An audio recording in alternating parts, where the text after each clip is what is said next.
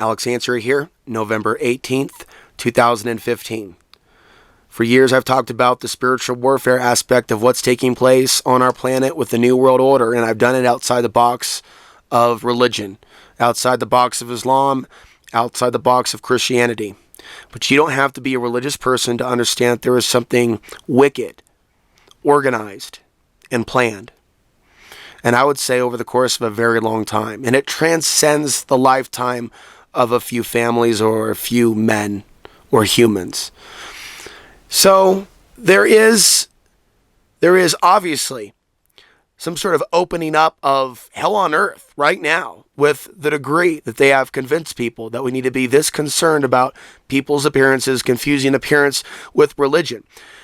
Now, I have no doubt in my mind that there is a lot of negativity within Islam. I'm not a Muslim myself, nor have I been raised in a Muslim country. I am very skeptical about the idea that the Old Testament God is the true God, or that the God that Muhammad was talking to was or is the real creator. And I do believe that there is a true creator, but I don't want to get too theoretical right now. But speak to your common sense rather.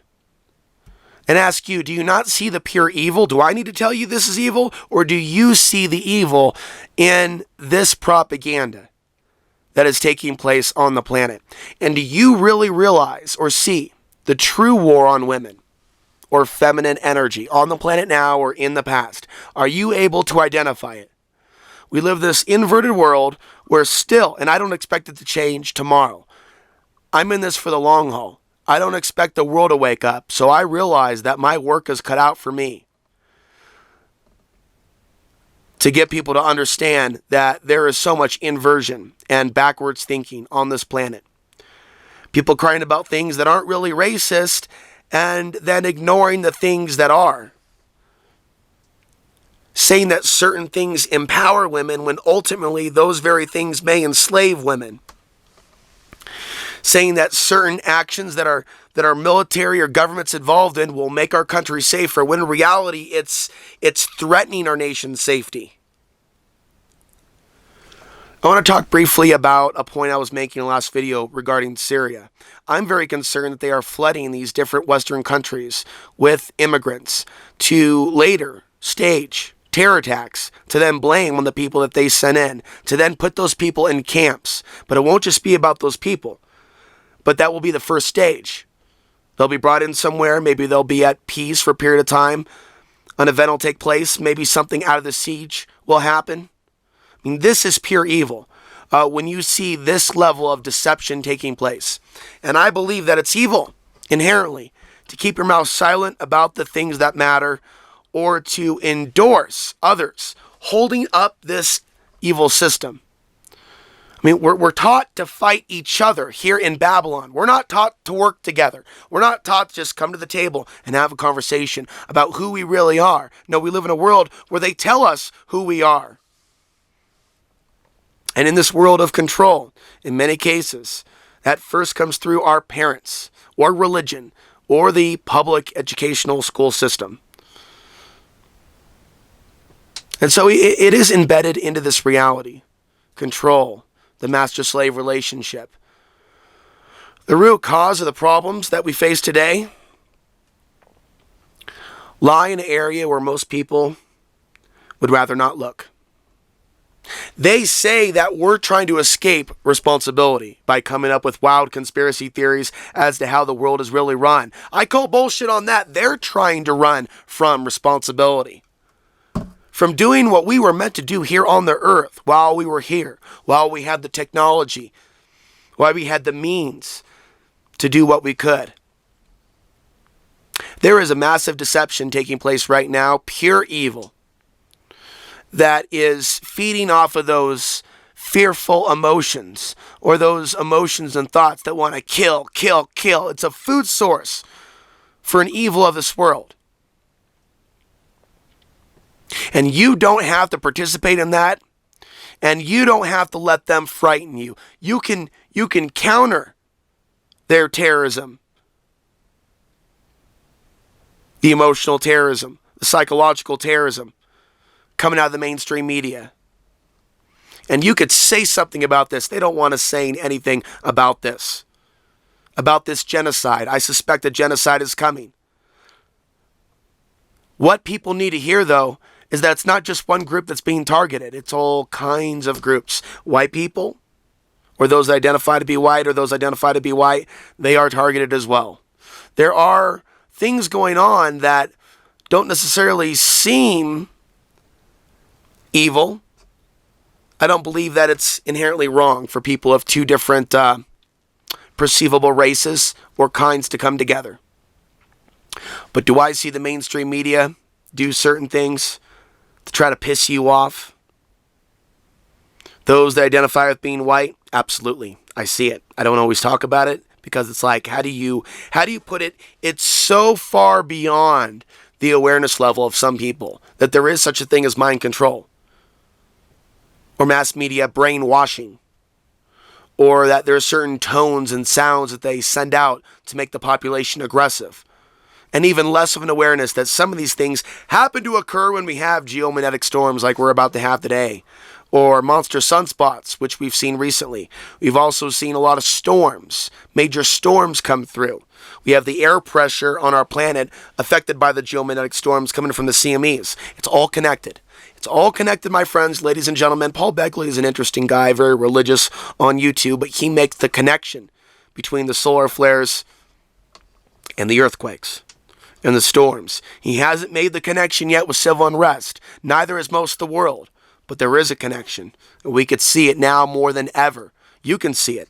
Take a look at the sunspot activity. Take a look at where we are in the cycle, and take a look at world events, staged shootings, suspected false flag terror attacks. There's some people that think the whole thing in Paris is a hoax. But what is clear is that the people are being moved into action, just like 9/11. As Paris gets at 9/11, we see the culmination of this solar cycle as we prepare to go into a minimum.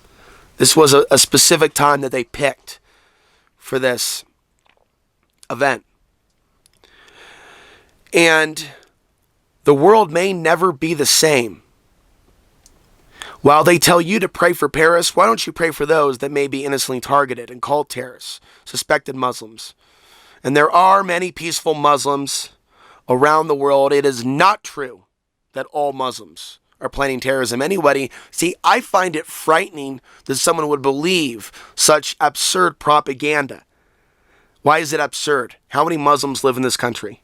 How many terror attacks, real terror attacks since 9/11? Again, how many Muslims live in this country? Okay, they all have been failing, yet we have all these other stories of supposed attempted terror attacks since 9/11, and how many of them were set up by the FBI? The underwear bomber. How about the Portland Christmas tree bomber of 2009? That terrified Portland. Now Portland, Oregon is in the JTTF, Joint Terrorism Task Force. But you know what's bothered me? It's the silent Muslim. You got to help yourself. It's also bothered me, the silent Costilla County resident. It's also bothered me, the silent Portland resident. Remaining silent about the things that matter in a really critical time, no bueno. No bueno indeed.